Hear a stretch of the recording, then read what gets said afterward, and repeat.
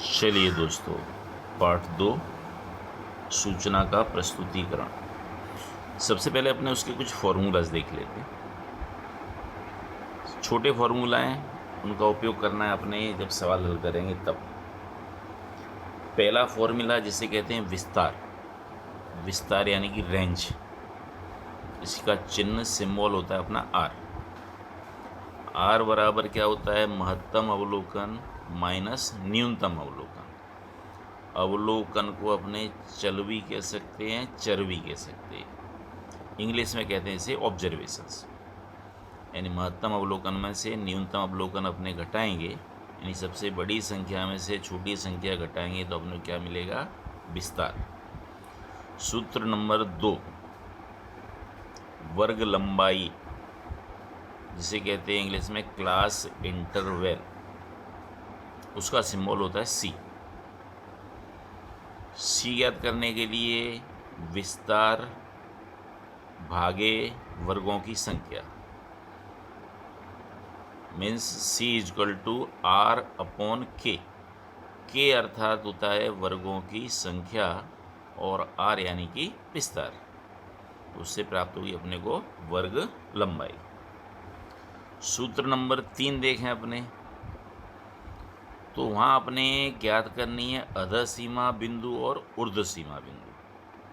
अब अधः सीमा बिंदु और ऊर्ध्व सीमा बिंदु का उपयोग कहाँ होगा? जब अपने को श्रेणी अनिवारक दी हो और उस पर से अपने निवारक श्रेणी बनानी हो, तब अपने इस पद्धति का उपयोग करेंगे।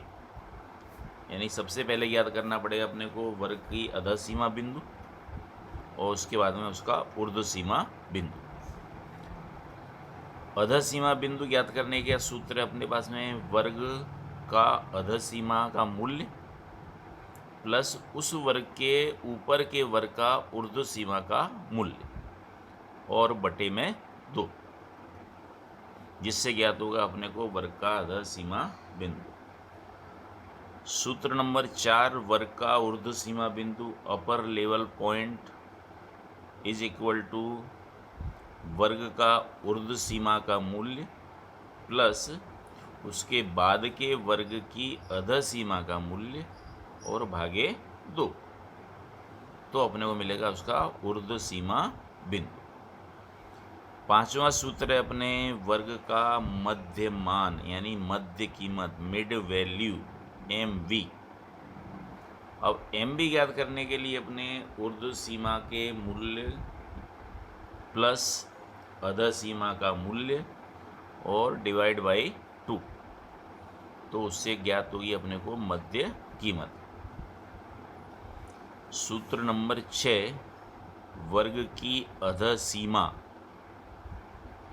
अधः सीमा कभी कभी सवाल के अंदर अपने को मध्य मूल्य दिया होगा, वर्ग लंबाई दी होगी और अपने से कहेगा भाई मूल आवृत्ति वितरण ज्ञात करो, तो उस समय पे अपने को इन सूत्रों का उपयोग करना है। सबसे पहले अपने ज्ञात करेंगे वर्ग की अधः सीमा।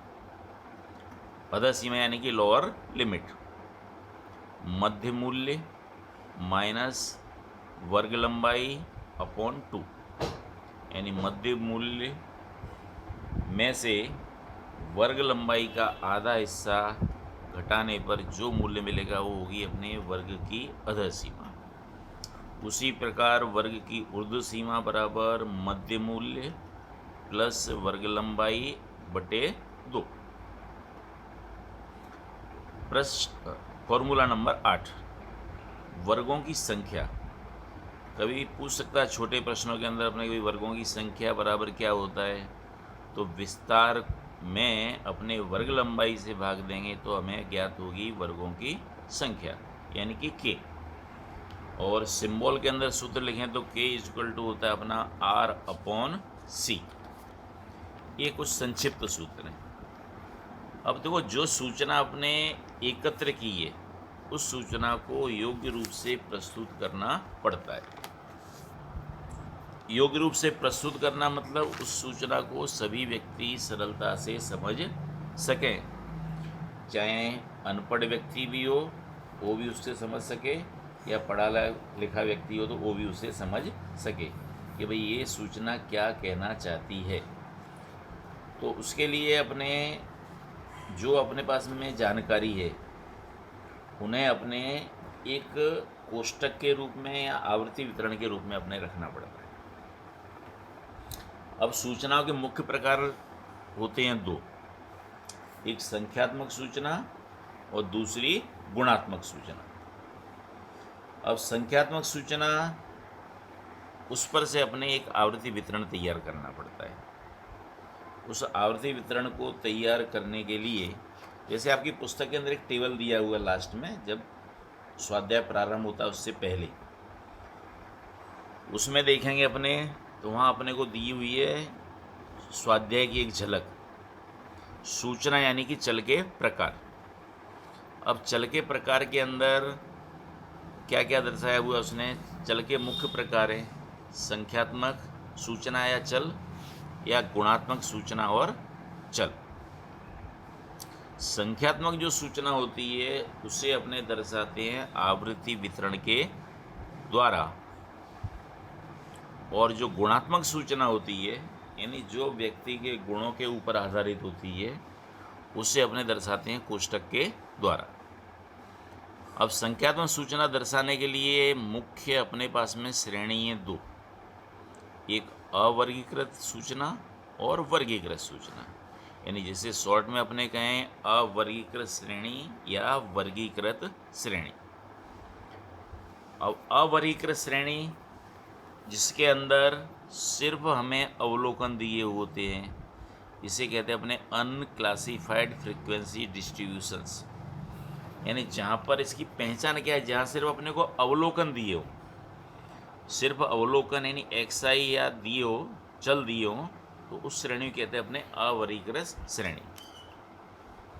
उसी प्रकार वर्गीकृत आवृत्ति वितरण या वर्गीकृत श्रेणी यानी क्लासिफाइड फ्रीक्वेंसी डिस्ट्रीब्यूशंस, इसके प्रकार होते हैं दो, एक असतत वर्गीकृत या जिसे कहें खंडित आवृत्ति वितरण, दूसरा होता है सतत वर्गीकृत यानी अखंडित आवृत्ति वितरण। असतत की पहचान क्या होती है कि इसमें अवलोकन एवं आवृत्तियां अपने को दी होंगी, अवलोकन और आवृत्ति। सतत के अंदर क्या होगा कि यहाँ पर अपने को वर्ग दिए होंगे और आवृत्ति दी होगी। क्या दिया होगा? वर्ग और आवृत्ति। अब देखिए वर्ग के प्रकार होते हैं अपने दो, यानी सतत के भी दो हिस्से हैं, एक श्रेणी है निवारक श्रेणी और दूसरी है अनिवारक, यानी निवारक आवृत्ति वितरण और अनिवारक आवृत्ति वितरण। नीचे अपने देखें तो निवारक आवृत्ति वितरण अर्थात इसमें वर्ग की अधः सीमा और उससे पहले के वर्ग की ऊर्ध्व सीमा समान होती है। यानी जो अपने को वर्ग दिए होंगे उस वर्ग की अधः सीमा और उससे पहले के वर्ग की ऊर्ध्व सीमा दोनों संख्याएं समान हों तो उसे कहेंगे अपने कौन सी? निवारक श्रेणी या निवारक आवृत्ति वितरण। जैसे उसके उदाहरण देखें अपने तो वर्ग और आवृत्ति। यहाँ देखो वर्ग अपने को दिया हुआ है 0 से 5, 5 से 10, 10 से 15, 15 से 20 और 20 से 25। अब यहाँ देखें तो पहले वर्ग की अपने ऊर्ध्व सीमा कितनी दी हुई है अपने को? 5, और उसके बाद के वर्ग की अधः सीमा कितनी दी हुई